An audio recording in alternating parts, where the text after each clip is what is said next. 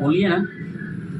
चलिए ध्यान दीजिए 9.2 में आप जो है सबसे पहले y बराबर आप देख रहे हैं ना क्वेश्चन 9.2 में आपको जो है क्वेश्चन देखना है वो देख लीजिए, थोड़ा सा ध्यान दीजिएगा। इसमें इक्वेशन और डिफरेंशियल इक्वेशन दोनों दिया हुआ रहता है, बात समझ रहे हैं ना।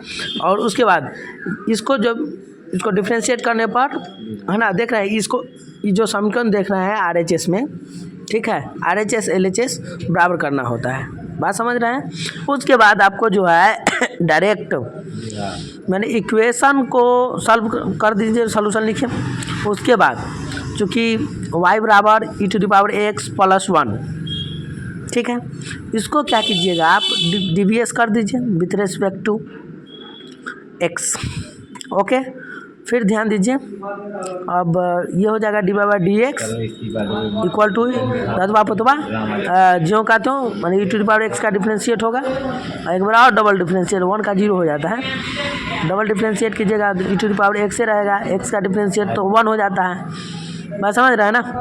इस तरह से डबल डिफ्रेंशिएट हुआ। अब देखिए इसमें क्या कीजिए कि ये dy/dx d2y dx², उसको आप LHS में चलिएगा, ठीक है, LHS equal to y double dash minus y dash equal to d2y dx² का वैल्यू आप रख दिए यहाँ पे, सबके मान को रखिए, रखने के बाद RHS आपका क्या हो 0 आ गया, RHS आपका प्रूव्ड हो गया।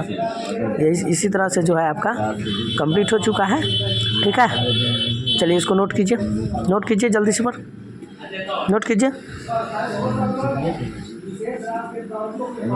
ध्यान दीजिए। आप सेकेंड मेथड आप देख लीजिए, इसका सेकेंड मेथड आप ध्यान दीजिए, जल्दी ध्यान दीजिए।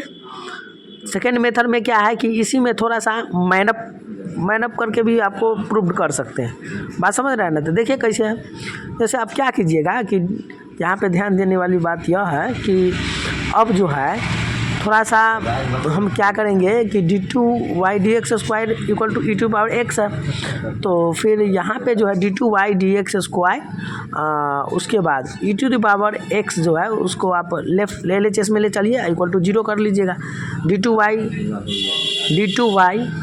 dx² माइनस e⁻x के जगह पर हम d/dx को पुट कर सकते हैं, बात समझ रहे हैं, इक्वल टू 0 हो गया।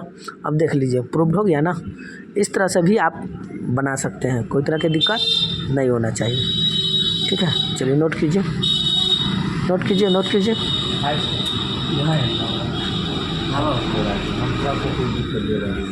बोलो कि ना।